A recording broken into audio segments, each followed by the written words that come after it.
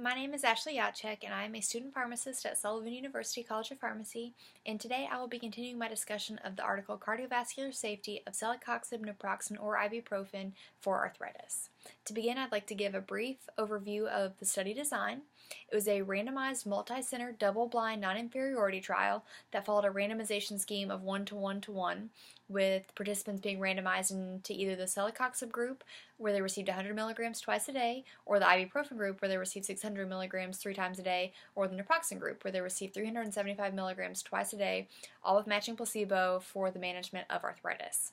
Of note, the average follow-up time across the groups was 34 months, and before the study began, it was determined that naproxen would serve as the standard by which the non-inferiority of celecoxib was evaluated.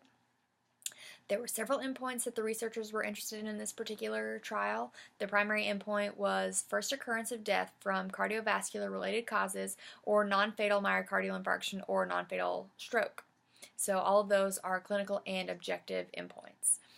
Secondary endpoints included clinically significant gastrointestinal and renal events and cardiovascular events that didn't meet the requirements of the primary endpoint. They were also looking at death from any cause, and we'll look more closely at those endpoints in just a moment. So the statistical analysis followed an intention to treat protocol, and the Cox proportional hazards model was used to evaluate the data. The trial required a sample size of 20,000 patients to meet power of 80%, and the p-value alpha level was set at less than 0.025. It was a one-sided non-inferiority p-value that was used to determine statistical significance. 95% confidence intervals were used to evaluate the hazards ratio generated by the Cox proportional hazards model, and because the data collected is discrete data, the value of equality for those confidence intervals is 1. So looking more closely at the results, the primary outcome occurred in 188 patients in the celecoxib group, 201 patients in the naproxen group, and 218 in the ibuprofen group. The hazards ratio generated comparing the celecoxib group to the naproxen group was 0.93, meaning patients in the celecoxib group were 93% as likely as patients in the naproxen group to experience the primary endpoint. The confidence interval there was 0.76 to 1.13, so because it includes 1, it does not point to statistical significance, but the p-value generated is statistically significant at less than 0.001 for non-inferiority.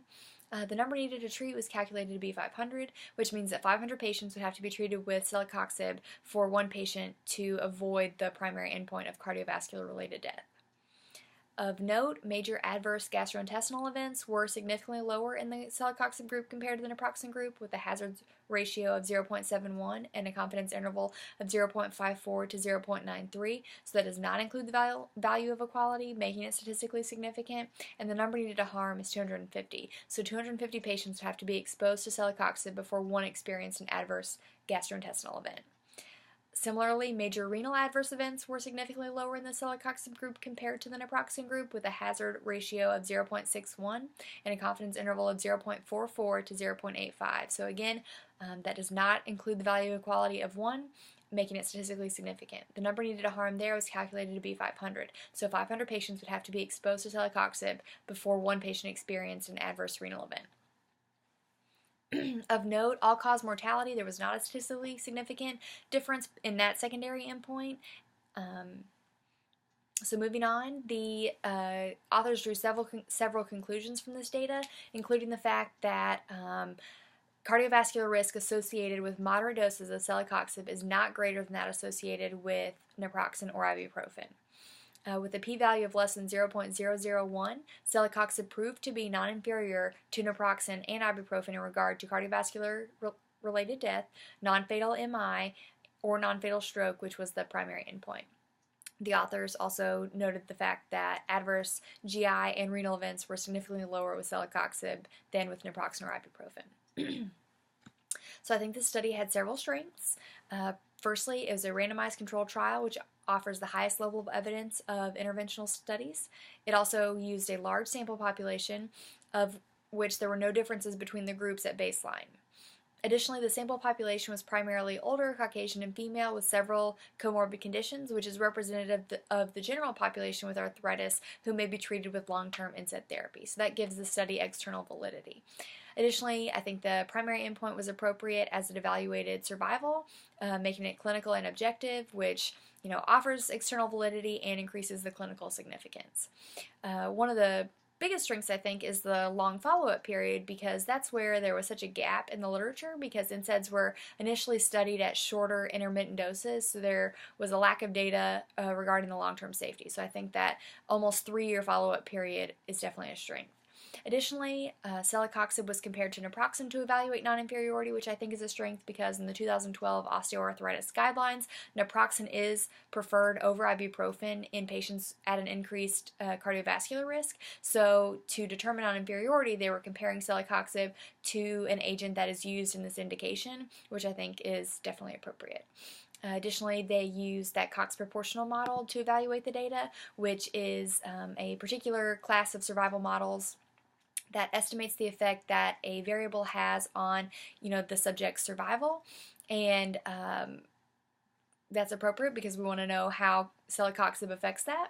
And it also allows the researchers to adjust for confounders, such as comorbid conditions and other drug therapy. So the researchers were actually able to adjust for the fact that some patients were taking, antiplatelet therapy and they had all these other disease states. So they were able to look at the effect that celecoxib has on survival, and they were also able to adjust for, other drug therapies and things like that. So I think that was definitely appropriate in this setting. Despite all those strengths, there were a couple of weaknesses. Firstly, Pfizer, the trial sponsor, was involved in the study design and data collection, so that's a potential source of bias. There was a high dropout rate of 27%, which could have reduced the reporting of adverse events. However, the dropout rate was not significantly different between groups, so it's less of a concern.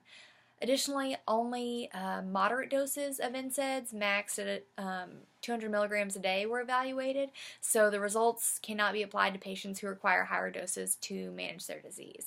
And further study would need to be done in those patients to make any determination there. Additionally, power was reduced from 90% to 80% after the study was initiated due to a lower than expected event rate, so that could account for the fact that in some of the secondary endpoints a difference was not detected, and it could be because once they reduced power, the study was not appropriately powered to detect that difference. So further study may need to be done to determine if there actually is a difference in any of those secondary endpoints in an appropriately powered setting. Additionally, I already mentioned there was a large number needed to treat for the primary outcome, which limits clinical significance to a certain degree. Despite that, I do think several clinical applications can be derived from this study. Most notably, moderate doses of celecoxib with a max of 200 milligrams per day may be appropriate for the long-term treatment of arthritis in patients with both gastrointestinal and cardiovascular risks, and that may improve the quality of life in patients who are not currently being appropriately treated because of their comorbid conditions. Additionally, I think this could reduce the number of patients who are started on opioids instead of NSAIDs because of their comorbid conditions, which is definitely relevant because of the opioid crisis that's going on. So that's something that could be looked at further. And that concludes what I wanted to tell you about this study, and I appreciate your time today. Thank you.